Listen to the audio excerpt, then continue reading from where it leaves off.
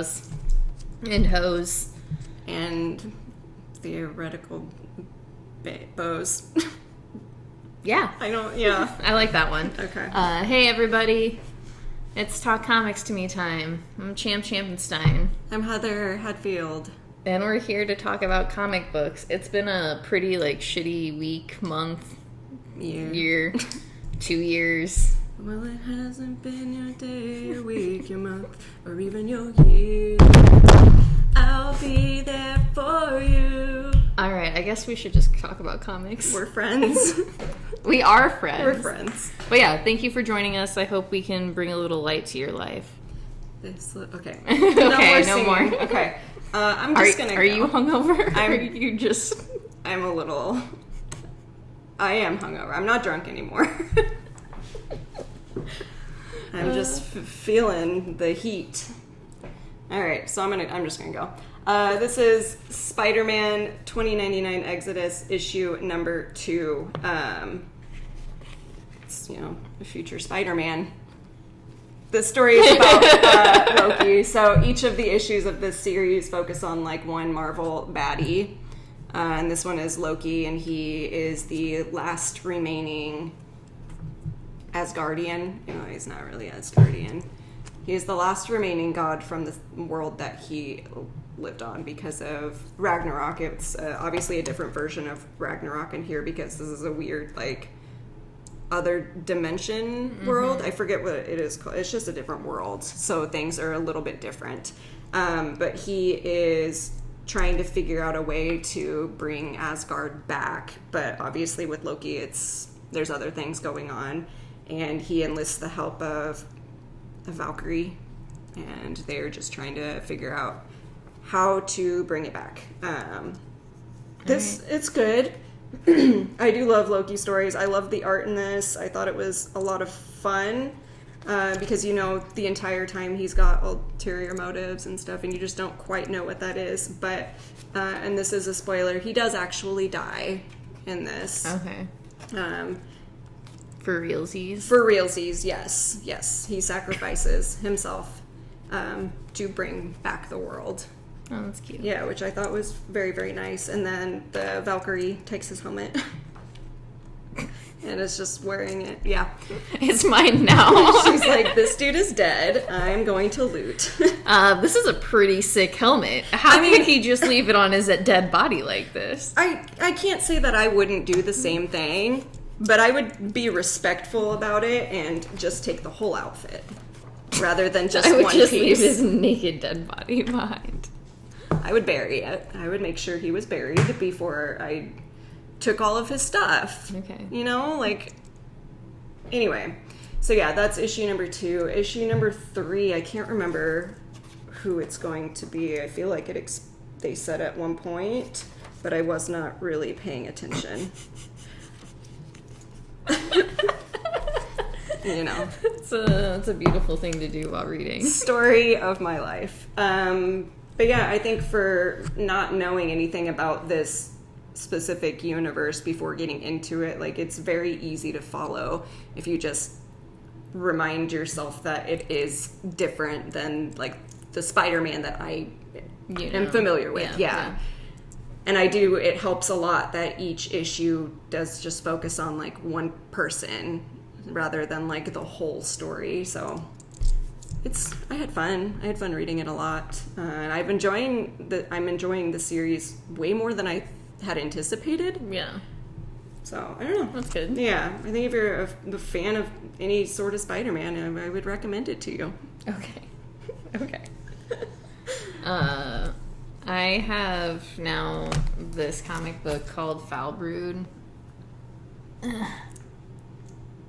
This is issues number 1. I guess I could have done that. Yeah, that's totally fine. These are issues number 1 and 2. This was a Kickstarter done by Christopher Sabella. He actually stopped into the shop to drop off a couple copies of these and something else that I didn't get through Diamond. Anyway, I was really excited because I missed the Kickstarter for this because it was during November, December of last year, and I was poor, so there was no way. Okay, that makes sense. There was no way I was getting it. Anyway, so it's just about bees and crime, I guess is the best way to describe it. Anyway, Christopher Sabella does the script and designs. The liner is by Claire Rowe. Color is by Hank Jones. And letters are by Hassan Atsamane Elau. Ooh. Did I do it? Yeah. Okay. I hope I did I felt like I did way better than I normally do. You were so confident about that, too. I have to get better about... I think if I feel more confident about it, I can do it better. Yeah. I think it's the hesitancy. It scares me. Yeah, because then you just start, like, breaking it down in your head and, aren't confident about I just think about it too much. Anyway, on to this book. I'll just read the back of it because it does one of those things that makes it a little easier. Okay. A comic about bees, crime, and the intersection of bees and crime. Loosely based on a true story of some stuff that actually happened for real. A career criminal in the sticks with a resume full of screw-ups who has turned his sights on a lucrative untapped racket, stealing bees. A desperate beekeeper out of her element, gambling on a score that will keep her head above water and her family apiary alive. A pair of rural crime lords back from retirement with their psychopathic grandkids as soldiers building a new empire in the middle of nowhere. 2 agricultural task force cops tracking down parts thieves and filing reports. One eager for some more excitement in her quiet career. So, I don't know. It's a lot of fun. I had a lot of fun with the first 2 issues. It is supposed to be a 6-issue series. I did check out the Kickstarter, but all the Kickstarter had was the fact that there was the first 2 issues and, like, not really any other information, short of, like, doing the Kickstarters to raise money for the creators. So, which, that's fine with me. I don't care.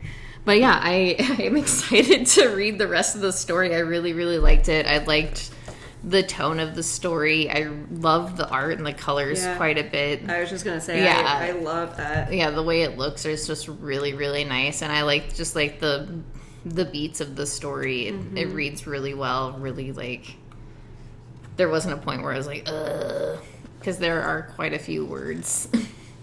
The quality of the pages, their pages are so thick. I kept thinking I missed a page because they are so thick. But yeah, it's great. Yeah, it's a nice book. Like I said, I had a lot of fun. I literally have no idea how to tell you to get this book other than the Kickstarter that was done. So, I don't know. Find somebody. Maybe Sabella's website? I looked there. Yeah? Okay. No, he did have other stuff, but not that. Okay. We'll do a little research and we'll try to figure it out. I tried to do the research I could, and then I was like, I'm going to read more stuff. And so I went on with my day. Makes sense. And yeah. So anyway, I'll find out more. When I find it, I'll tell you about it. I liked it.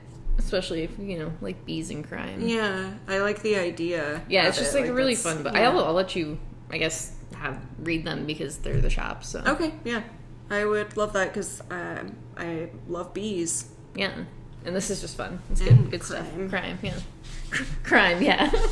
Yeah. Okay, so next we have Seven Sons. This is issue number 1. This is a story by Robert Wyndham and Kelvin Mao, with Jay Lee doing the art and June Chung does the colors. Simon Boland does the letters. This is a story about the sons of God. Multiple Jesus. Yes, being chosen to be like the ultimate Jesus, but they're getting murked. Yeah, it reminded me, like, that whole idea reminded me a little bit of Children of Men, and how at the beginning of the movie, it's been so long since I've seen it, how, like, the youngest person gets, like, murdered. I don't know. Yeah. It reminded me of that for some reason. Like, it was a weird connection in my head that I made, and I was like, oh, okay, so that's these 7 bros that are just, like, apparently... God's kid, and who is the ultimate one, but they just keep getting killed off in, like, very obscene ways. Yeah, and so I guess the whole idea is, like, a take on, like, what religion kind of is. There is some problematic issues within this book, where the bad guys are the sons of Allah, or like, what was that? The hand of...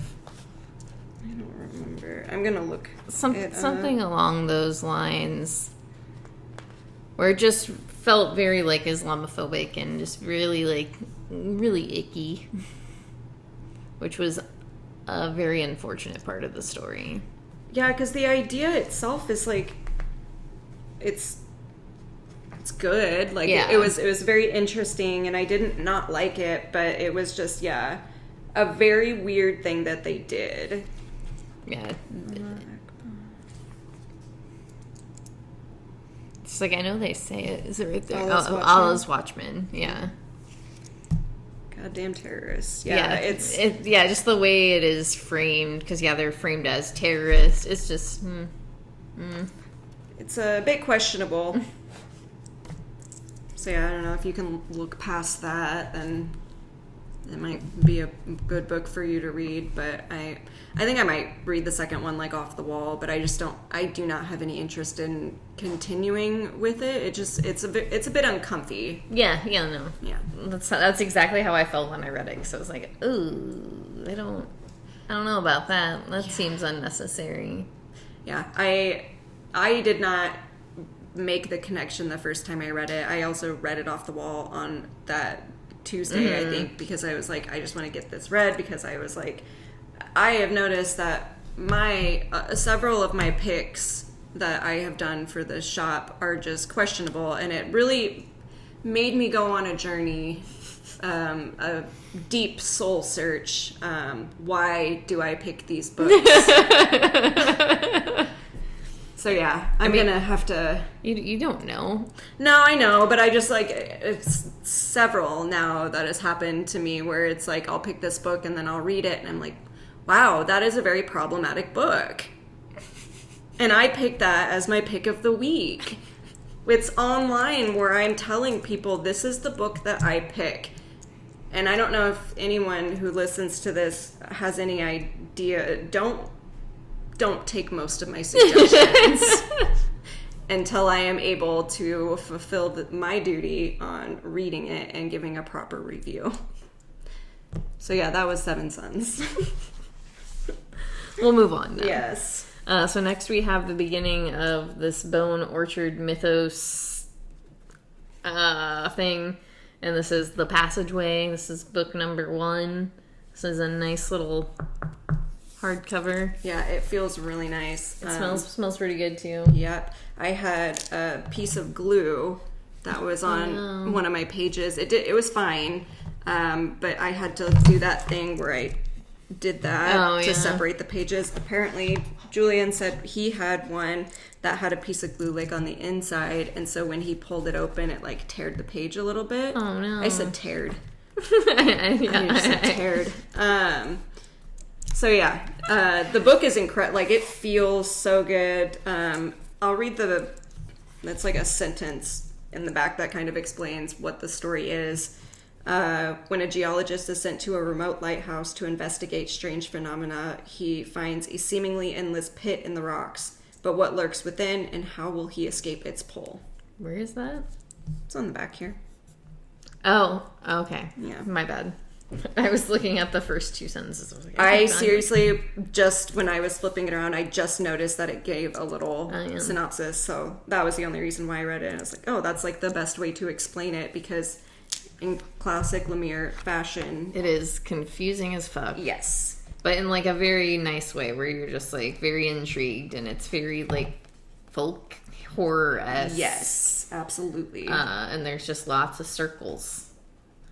But I think if you liked Gideon Falls, this is definitely something that's going to be right up your alley. There's some really good shots and scenes and panels, of course, and full page spreads, which kind of are unfortunate in a hardcover book, because it's like you want to see the full page spread, but then you also don't want to break anything too hard.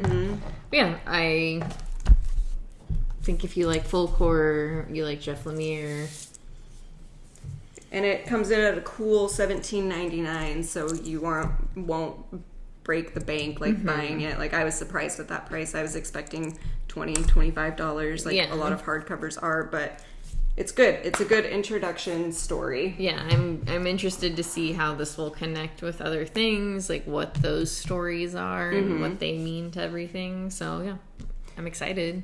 I am doing that thing with this where I'm not like reading what the stories are. Yeah, I had no idea about. what this was about. I just started reading it, and I was like, all right, here we go. Go in blind if you can. I know that we just like kind of spoiled what it was about here, but I would say like erase that from your mind. Yeah, do an Ncbd little thing, flash. But the next ones, do yourself a favor, don't read about like what they're about before you read it, because and we won't even talk about it. We will not. We'll just show you a book we read. Yes. We'll talk about it some other time.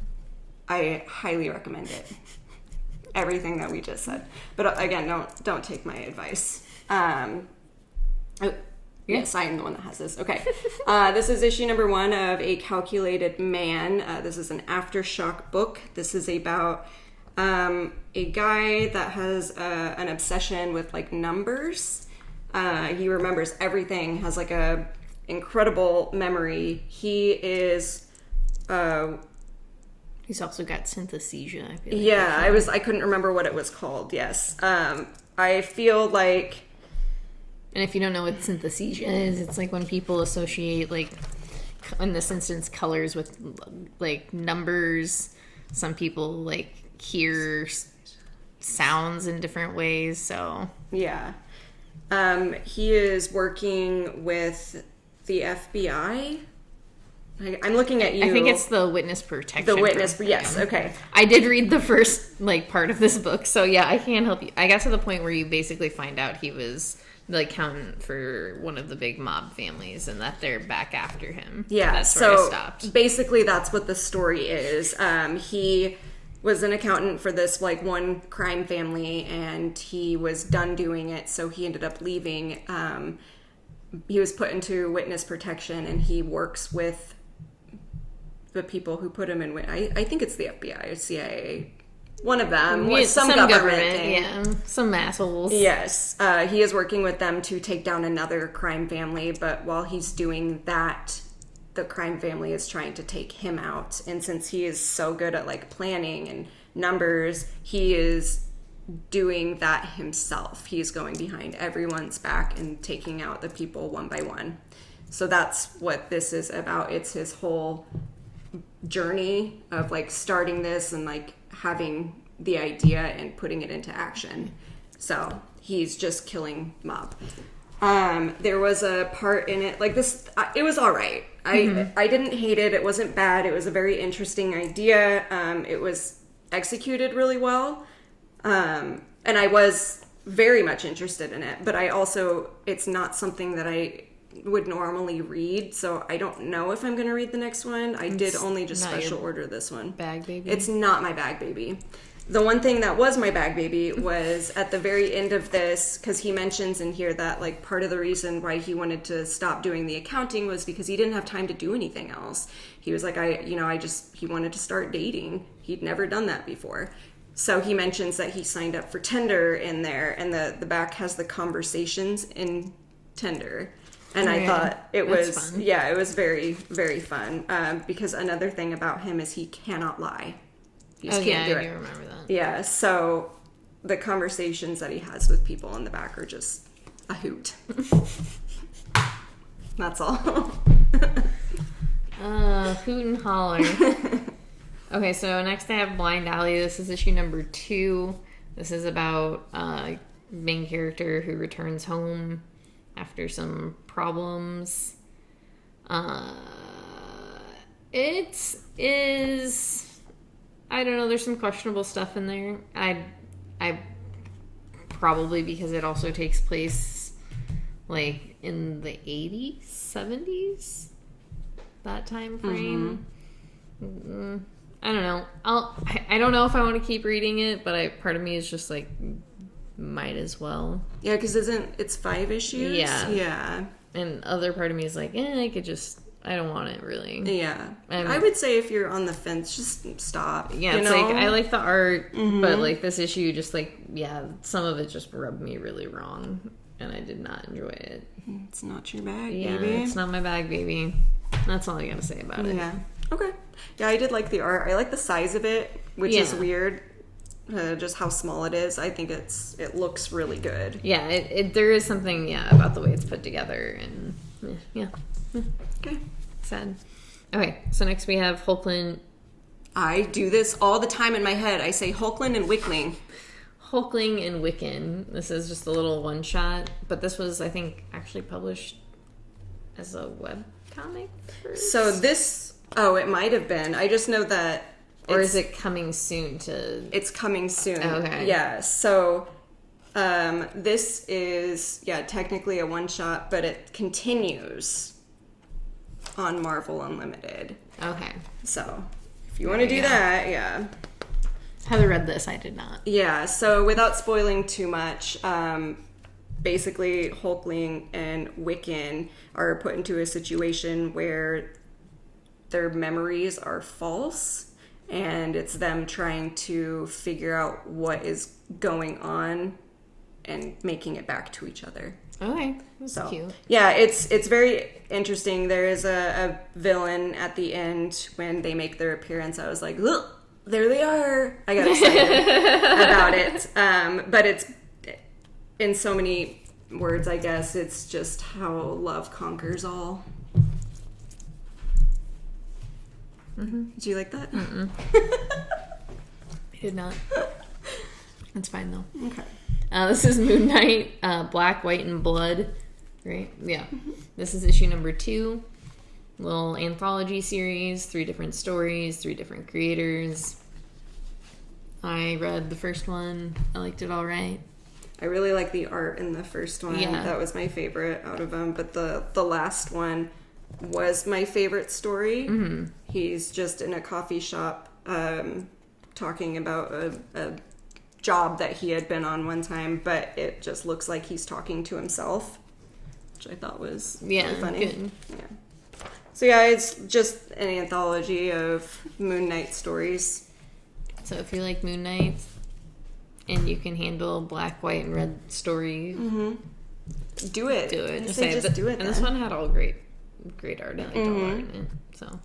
And they're fun, and you don't need to read every single one to know what's going on. You can just pick up random issues and read those stories. Yeah, so true. It makes it real easy. Okay, I have Cult of Ikarus. This is issue number 4. This is the last one. Basically, the main character discovers that she is the progeny of a human and a vampire, making her the only half vampire.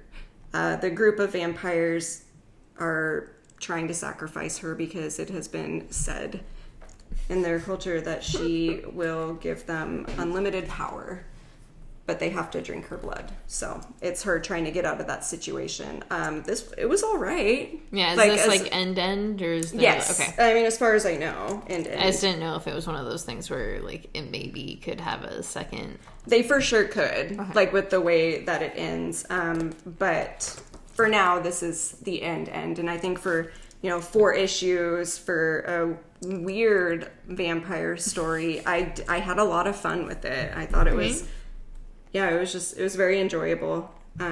If they had a second part to it, I probably wouldn't read it just because I really loved how this one ended because it was so like open-ended. But I don't know. It was a lot of fun.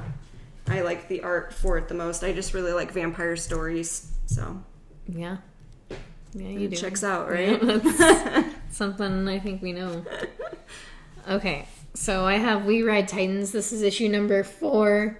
This is just a little story about a family who fights kaiju and mechs, and Kit is, I believe, our main character. I'm just gonna say that their name is Kit. That sounds right. And their brother's name is Dev, I believe. But Kit took over for Dev, fighting in the mech suit, and their father, The Rock, That's right. Yeah. Like, I was like, is that the Fast and Furious comic? Yeah, is the one who's like kind of controlling everybody.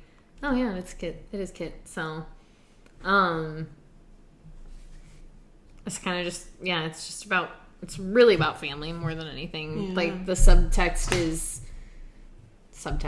the subplot, it feels like, is the, like, actual mechs and kaiju fighting, and then all of the main plot is just, like, family stuff.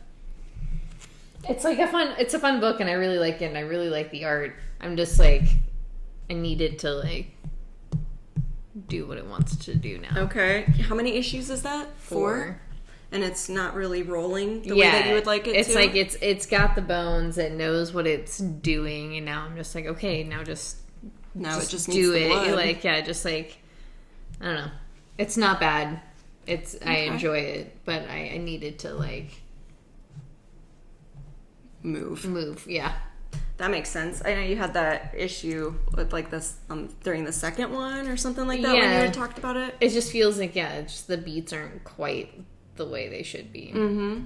It is what it is. Okay. So. Well, at least you're still enjoying it. At least it could be you hated it. Yeah, and I don't hate it, so we're good. Okay, perfect. So next we have together, we have Farmhand. This is issue number 18. I don't really have a lot to say here because, once again, the story is, like, just fucking going. Yeah, we're pretty deep into this. Yeah, now. I mean, besides the fact that it started 3 years ago, but also just, like, there's a lot going on. I think we're kind of getting to that, like, climax part of the story where, like, everything's kind of coming to a head. But I've been really enjoying these, like, issues that have come back. I wasn't sure how I'd feel once I saw it was coming back. I was like, I don't know. I don't know if my love is still there. And then as I've read these, like, last 3 issues, like, every single one I've really enjoyed. I thought has really, like, I haven't felt the need to go back. No, I was going to say that. I was worried that there was such a gap in between that I wasn't going to remember. But they do such a good job of explaining it without doing a complete recap of everything. And I have also just been enjoying these last few issues probably more than like the first half of the story. I definitely agree with that. I don't know if it's like the tension of everything that's going on, or if it's just kind of like the emotions flow a little bit better than they did before. But yeah, like, these issues have been much, much stronger, I think, than anything in the first half. And it makes me wonder if he had the idea for, like, how it was going to end this whole time and wasn't quite sure, like, how to get there. And now that it's coming to an end, it's hitting. Yeah, no, it's a great book. I do suggest it. Like, I mean, it would be worth, like, hopping on right now, and then you'd be done with the trades by the time it's, like, finished, and be able to pick up the last one, I'd hope. But it's another book about just family. Yeah, I say it is just about, like, family shit and how things can be good, how things can be bad, and everything in between that as well. I was gonna say, I wonder if the whole theme of it is generational trauma. Well, yeah, and that feels the same way, and it's just like, yeah, dads, and just, like, shitty dads, and absent mothers and dead mothers. Yeah, it's very traumatic. There's, like, just a lot going on there. It's good, though. It's good. It's good, yeah. It's very enjoyable to read about someone else's traumatic family. Okay, so I have the Sumerian Hour of the Dragon. This is issue number 4. This is the last one. That cover is so bad, by the way. Yeah, no, it's awful. I feel like the covers for all, like, this last one have been very, very They've terrible. been, like, yeah, I don't know. Something is just off about every single one. No offense to the artist, if that makes me feel bad, but I hate looking at them. Yeah, no, they've all been disgusting. No shade. I absolutely hate it. What, the clouds are coming through. I said no shade, and God was like, nope, I got you. I'm gonna pop open one of these things a little bit. We'll see if it helps. So this is, like I said, the last issue of the series. Yeah, that's better. It's still a little dark, like, behind me, but I don't look like a ghost. I can do this one. Do that one. Tiny. Okay, that's actually great. Okay, so this is the last issue of this series, and it's just Conan taking down the wizard and getting his throne back. I love the art in this book. Like, it was absolutely phenomenal, which I think is the main reason why... not the main reason, because I enjoy the stories too, but the art in these ones, this particular issue, was just beautiful. Now I'm a ghost! But my favorite part of this, I think, in the first issue, when he's taken captive, he is assisted by one of the king's slaves, and he tells her, you know, like, I will save you, pretty much. When I get my throne back, I will make you a queen. And he does, which I just... That's cute. Yeah. What does he say? Anyway, yeah, he takes down the king who had taken him down originally and was like, oh, by the way, I'm taking that woman and I am making her my queen. And it's just very cute. I just love that page. And I actually did end up reading the story in the back because I liked this series so much that I was like, all right, I'm doing it. I'm putting my reading goggles on and I'm getting this done. I'm going to have to pick up the actual... I think I'm going to get the hardcovers for at least a couple of them because it makes it so much easier because I grabbed number 3 to read that and then read this story. So if I think if I have it all there together, it'll be way easier for me to read because it's so... The text is just so small and I get very overwhelmed, which is why I haven't really read any of them from the other series Is it before. actually like the Howard story? Yeah. So, I mean, you could probably find a book. Yeah, like I was thinking about that too. Or like find the text online. Yeah, I might actually do that, but... Oh, here, this is where I read it.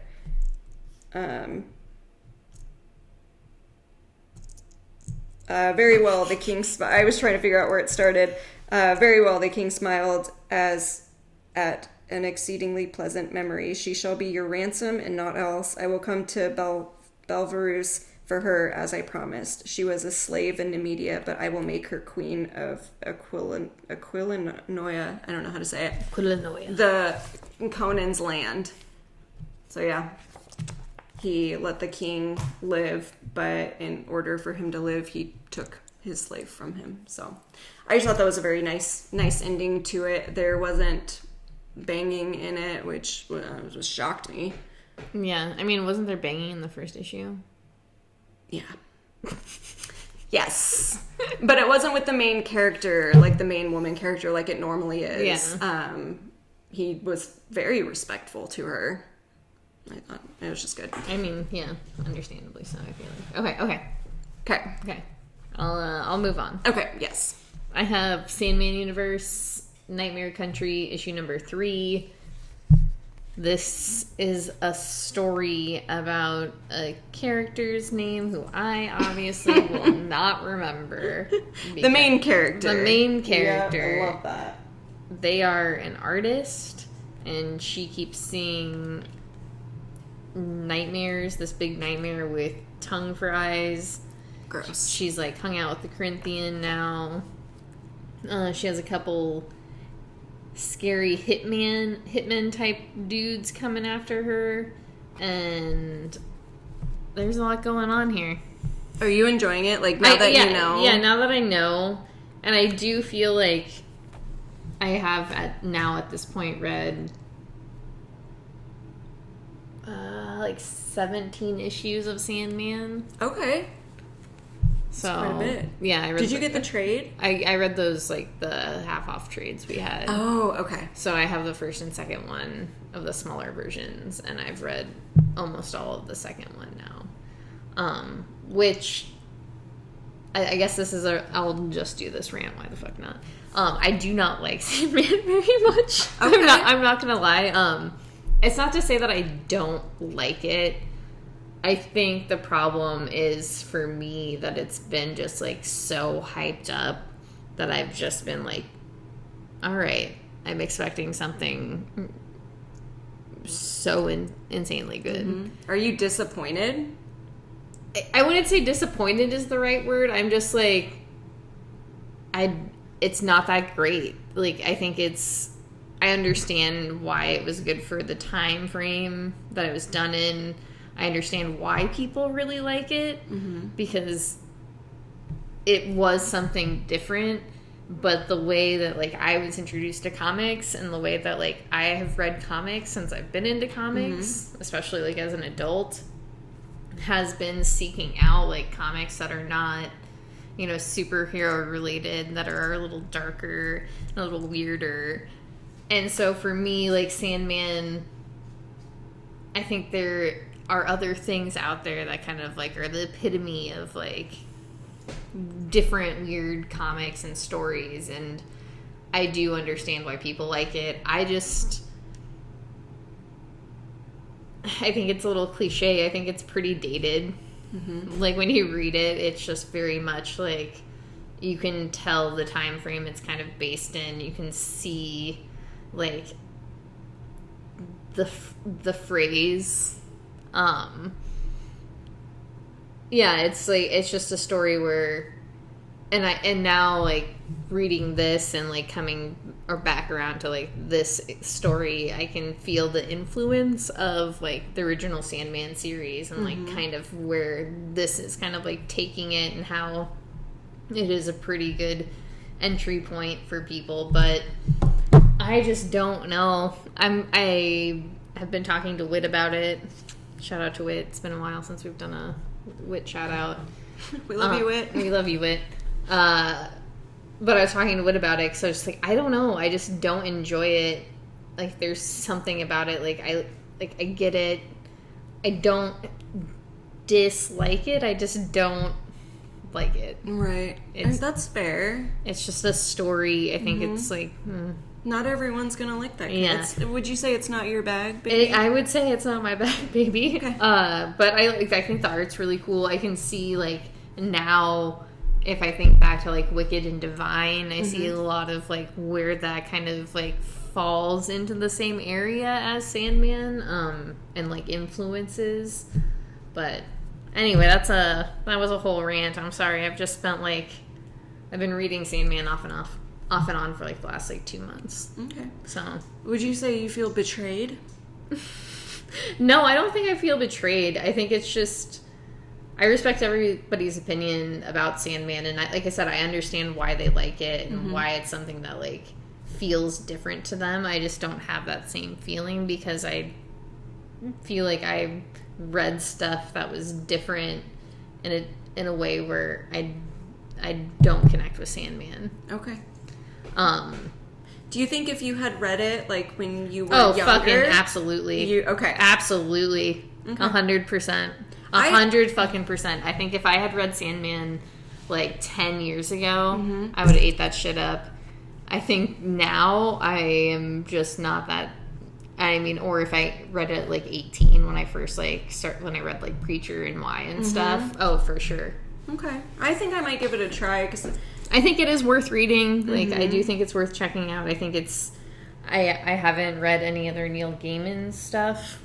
Besides, like, I guess, and, like, we've talked about this, besides that Norse mythology, which is not Neil Gaiman. Right. It's, like, a take on Neil Gaiman, right. Which is a whole nother thing. Yeah. But, what I've taken out of this Sandman read, and, like, reading different Sandman universe things now, is I think that just, like, other people write these Neil Gaiman characters better.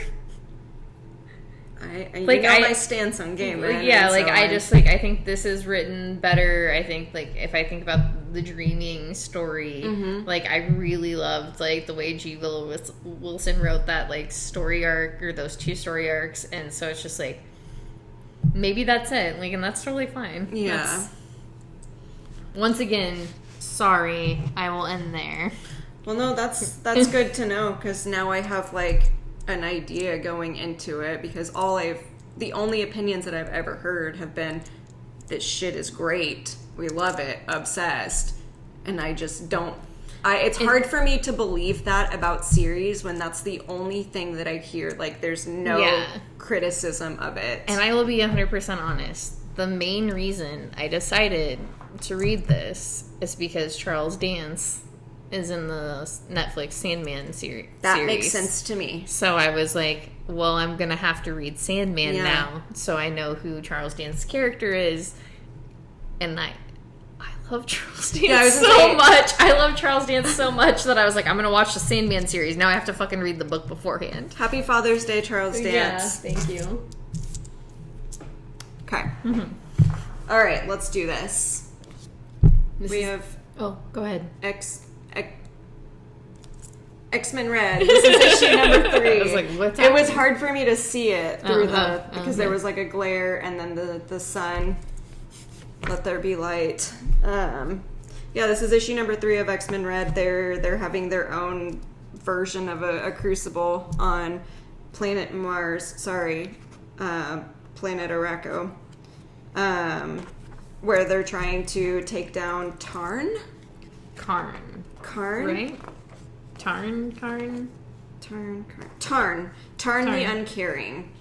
So yeah, Vulcan is fighting him originally, and then yeah, that's pretty much it. Is there's like a Brand is doing some sketchy ass shit all the time. Yeah, I really like the Brand Aurora conversation that happened. Like that, it made me very like tense. I was just like, ugh. These bitches are about to fight or fuck. I don't know which one. Maybe both. Yeah. Yeah, I've been really enjoying this series. I'm kind of mad at how much I enjoy it because I don't need any more X-Men stuff, and they just keep fucking pulling me in. Yeah, this book was good. Yeah, this book was really good. The last page, the thing that Magneto says, all of the Magneto bits in here were really good. Yes. Yeah, without spoiling it, good book. It's been quite enjoyable. Yeah. All right, so put your baby goggles on. We've got some naughty bits here. I don't have the cover A. I didn't realize that I got it. It's still in my box at work. So anyway, this is Faithless Part 3, issue number 5. Faith is just trying to go behind Lewis's back to get her baby back from hell. Her baby back ribs? Yeah, her baby back ribs. Baby back. I want my baby back. But yeah, that's... Chili's! Baby back ribs. Barbecue sauce. Alright, sorry. The theme of the week is song and dance. But yeah, that's basically what's going on. There's one issue left. Forever. Faith is apparently way smarter than anyone gives her credit for because she is in for the long con, and this is something that she has been working on. Faithless, not witless. Yeah, that's very fair. You got me there. I'm just going to show you the cover again because the comic distributors or whatever in Canada said, no, we are not doing this book anymore. It's too graphic. And this is the most tame cover so far. The last one was like the most disgusting. It was disturbing. But yeah, there's not actually a lot of like gross stuff that happens in here. Like there's a couple pages of like torture, but not sexy torture, which they love doing in here. Yeah. So I don't know. I think this issue where everything is coming all together and the plan is more visible on what's happening, I liked this issue a lot. It reminded me of like why I started reading this book because there's a lot of thought to what is happening. Yeah. So yeah, one more issue and then we'll know how Faith gets her baby back. All right, so I have West of Sundown. This is issue number 3. I love those covers. Yeah, the covers are like kind of the reason I want this. I'm just gonna read the back because I don't have a lot of thoughts. No thoughts, just words. Yeah, just words. The monster hunters who followed her across the country have Constance dead to rights. Now it's a shootout through town for a vampire who doesn't do too well at high noon. Meanwhile, Herzog Jung plans a visit, and he's got a mighty surprising history with the people in Sangre del Moro. So, just a weird monster western story. I'm pretty disappointed that I never got my cover A, like issue number 1, and I forgot about it, and so I never added it to my poll because I was just saying I am a sucker for vampire stories, and this is one that I'm not reading, and I did enjoy that first one. Yeah, and it's not like a bad story. I don't, like I said, I don't really have any thoughts because it's kind of a story, I guess is the best way to describe it. Like, I don't really have a feeling one way toward or another towards it. I'm just kind of like middle ground reading a book that I am, like, I like the art. It's silly. That's really it. More than anything. And that's it. That's all I got. It's just a story. Just a story. It's just a story, okay. No offense to anybody who's reading that book. I'm not like, I don't want to diss on you. Because you didn't say it's not your bag. So yeah, it's just a book. Yeah. Which is fine. Okay. So this is Grimm. This is issue number 2. This is a book where I wasn't sure. I wasn't sold on it 100% after the first issue, but I think I'm pretty sold on it now. This issue was really good. And, like, also the art, I think the problem is the art is so fucking good in this book. Like, the art and the colors are insane. Like, so the story is interesting and good, but I think the art really fucking sells it. The main character, I guess, who it follows, the Grim Reaper Jessica, she is seen in the human world, which has never happened before. She's the only Reaper who has no memory or whatever of how she died, and it bothers her. So, yeah. It's a lot of fun. I do actually highly suggest this book. This is one that Stephanie Phillips hit. Yeah. Like, it's very good. Like I said, it's just like, the art is by Flaviano and the colors are by Rico Renzi. So I think that is also, like, I know, it's just one of the part of the books I love so much. Like, this particular page. Like, all the blacks and stuff are just, like, really, really well done, really well put together. Yeah, and I am curious, especially since now I know that it is an ongoing. When did that happen? Was it ongoing the whole time? I think it was ongoing the whole time. Okay. Because when I asked, it was ongoing from the beginning. I was thinking of Little Monsters. How it was. It felt like it, yeah. Yes. Okay. But yeah, I'm curious to see how they, like, keep the story, like, going past, like, I don't know, like, 6 issues. Right. I wonder if maybe, like, each arc is going to be about a different, like, Grim Reaper. Which, I mean, would be fine. Yeah, that'd be fine, too. Yeah. All right. Go ahead. So, I have issue number 4 of Slumber. This is just about a dream hunter, essentially, who goes into people's dreams when they're like, oh yeah, when they have nightmares and stuff. She goes in and she eliminates the nightmares so that they are peaceful. But the reason she is doing that stuff is because she is haunted, in a sense, by nightmares that she had when she was younger. And the one nightmare is hopping from person to person, so she is just hunting this one while taking care of business, TCOB. But yeah, this one, New Kids on the Block? She discovers where I forget what the Valkyra, the nightmare, she finally discovers, like, where the nightmare is, and she's going to take it down once and for all. So I think there's 1 issue of this left. I can't remember if it's 5 or 6.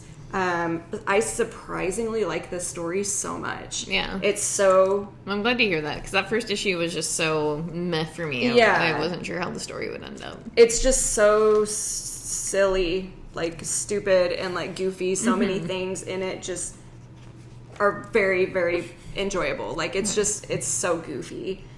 And I think that's probably part of the reason is that it just does not take itself seriously at all. The art when they're in the dreams, I adore the colors and just how, I don't know. It's just a very goofy book. That's it. Okay. Okay, go. Okay. I have Alice Ever After. This is issue number 3. And this is a wild ass book, and I love it so much. So you find out kind of what Alice's dad has been doing and why she has become addicted to drugs. And it is awesome in the worst fucking possible way. But I just like, basically the drugs she's been addicted to take her into like the Wonderland, and kind of the characters do coincide with people in her real life. I love that. Yeah. And I just really like this story. I don't know what it is I like about it, but there is, like, the art is really, really good. Yeah. Like, the colors are great, and the story is just, like, it makes you uncomfy, and then also I really hope that she gets out of this situation, because, you know, the Queen of Hearts, or the headmistress of the hospital that Alice is in right now, is, like, trying to take advantage, because she knows that Alice is remembering, like, things from her past, and can use those, like, memories to blackmail her father. So she's using, like, oh, I can use this money, and then this man can torture this girl to make her forget things. Right. And I don't know. Just, yeah, terrible, fucked up shit, but it's a good story. Did you know that the original Alice from Through the Looking Glass is Lewis Carroll based her off of an actual young girl that he knew named Alice? He was obsessed with her. She was very, very young. There's no evidence that anything disgusting happened between them, but there was a lot of, like, feelings about gross. that. Yeah, it was very, very gross. If you look up, like, I'm sure you can just Google it, but he has a bunch of pictures and stuff of her in the Alice outfit that he created, and wrote this whole story for her. Yeah. There's your little gross tidbit of information. I didn't, just how everything in the past is awful. It was great. Yep, men are gross. Alright, so now we have Norse mythology, talking about men are gross. This is issue number 5. For some reason, I thought this was the last one. I thought it was too, but no, there's one more. There's one more issue. I stand by my statement the last several times we've read this. Gods suck. No offense to anybody who believes in any sort of religion, but full offense for me. I've gotten over that, but I really think that, like, yeah, gods are the worst. They really nothing should cause that much pain in anybody's life, and to do so is just really less than anything. I guess less than human, and then they're gods. So. Yeah, this is just Ragnarok is kicking off, so the last issue is going to be how it ends and then how it begins again. So we're getting close. I'm excited. Like, I think there's something about this story I've really enjoyed, and I don't know, though. I do like it quite a bit. I think it's, like, the art, too. Yeah. Like, I like the different art. I like the different, like, story, like, telling. But, yeah, I think the art, like, the different arts have really lended themselves. I love, in this issue in particular, like, the panels. The way that the story is told through the panels. I think it's just done very, very well. Where is she? My girl, Segan. I love her so much. Yes, just a very, very sweet woman. She did not deserve anything that happened to her. Okay, that's all I'm going to say about that. It's almost done, so... We're so close. We're so close. Okay, I have A Town Called Terror. This is issue number 3. It's by Steve Niles and Simon Krasinski.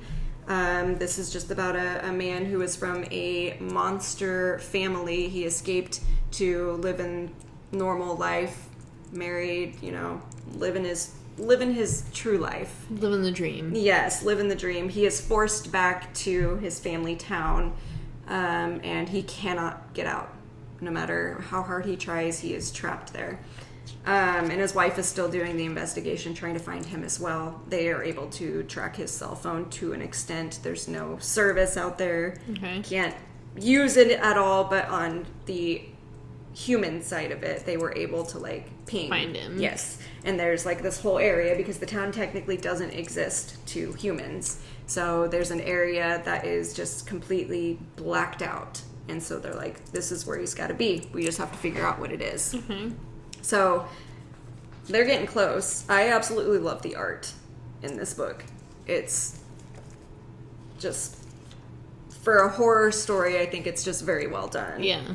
And I will show it to you for people who are watching this. The colors of it are very good. So the red and blues are really good. Yeah, I was going to say, it's just, the colors are so simple, but it just does a very good job of making it seem uncomfortable and horrific.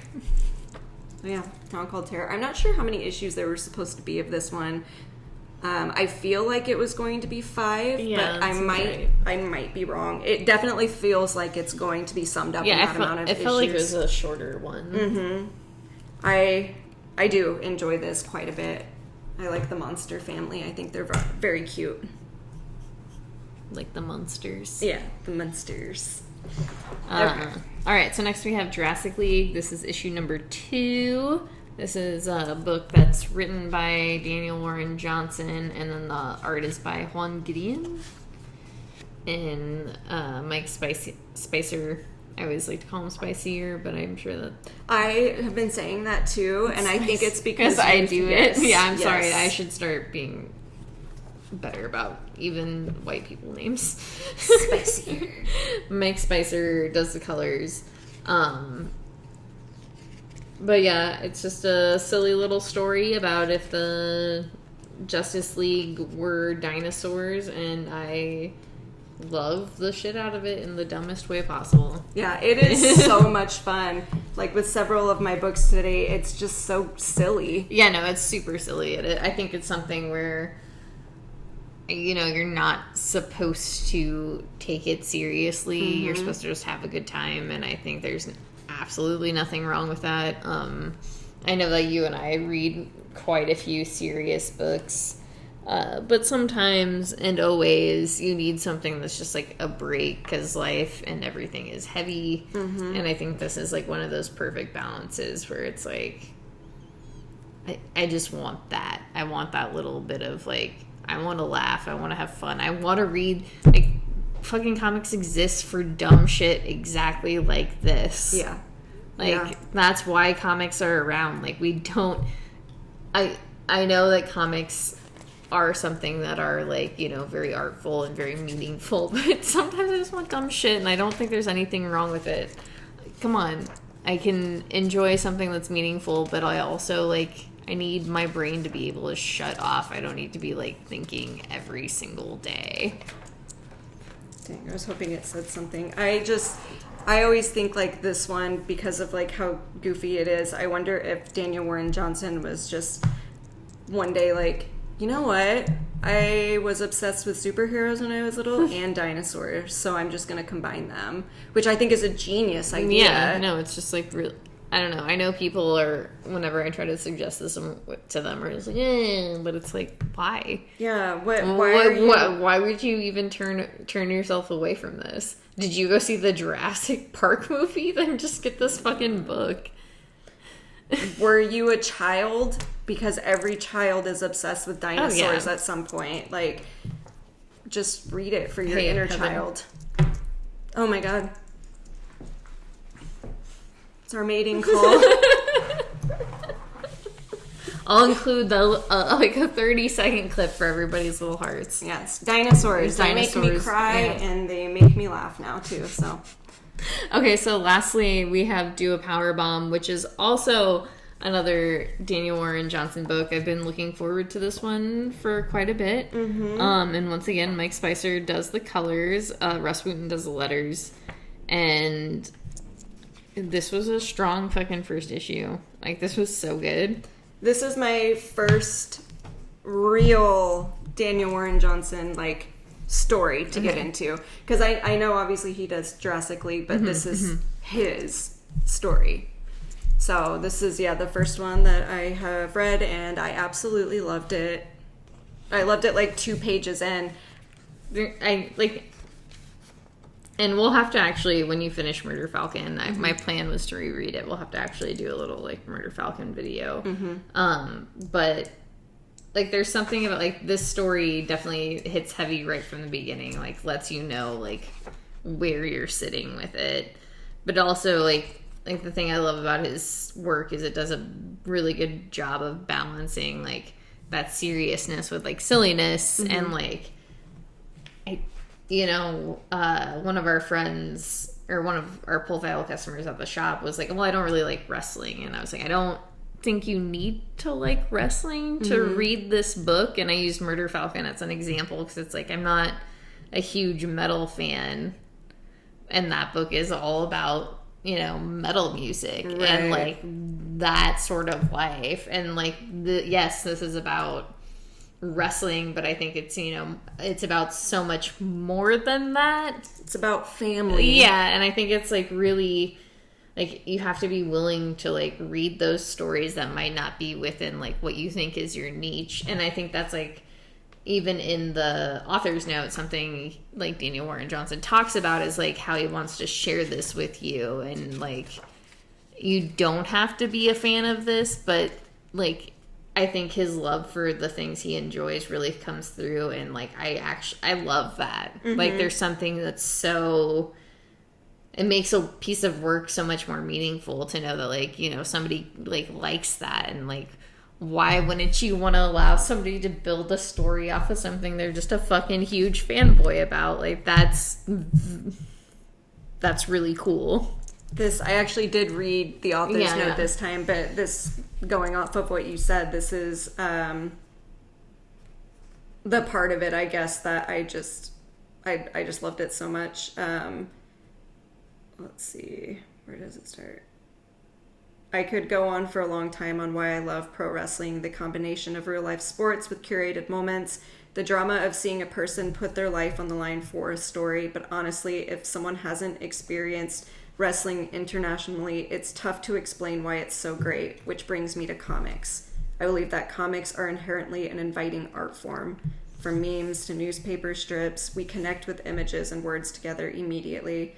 It makes, in my opinion, the perfect platform to introduce someone to new ideas and worlds. It's one of the many reasons I love comics so much. It's so easy to share my passion with other people, and sharing things that I love brings me so much joy.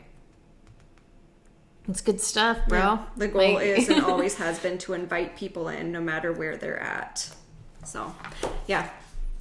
It's very, very good. I was friends with this girl in middle school who was absolutely obsessed with wrestling. So while I was not very into it myself, I watched a lot of it growing up. And it was always a lot of fun. And I get why people like it, but I also get why people don't like it. And I just think to put that idea into a comic and just, especially with as heavy as the content is in here, it's just, it was a very good first issue, and I am saying, like as I told you the other day, I just want to know. I want Yeah. it all now. Yeah. I want it all now because I know that it's going to be great, and especially with as heavy as it's going to be, because it's like inherently like a heavy book, and where it's going is going to not be fun. I'm ready for those emotions and ready to explore that story, and I think it's going to be very well done. I just need a good cry. And I know I'm gonna get it because I was a little, not weepy necessarily, but I got choked up reading this first one. Like halfway through it, I was like, God, how am I gonna read the rest of the series? But I want it, and I need it. Bring on the tears, baby. Yeah, so go do a Powerbomb for fucking sure, especially if you care about any of our opinions on anything. Not me though. Don't listen to my opinion. Okay, since it's Sunday, Christopher is here and we gotta go watch Buffy. So go support your local comic book shops, go support your local libraries, take care of the people you love and you know and you're friends with.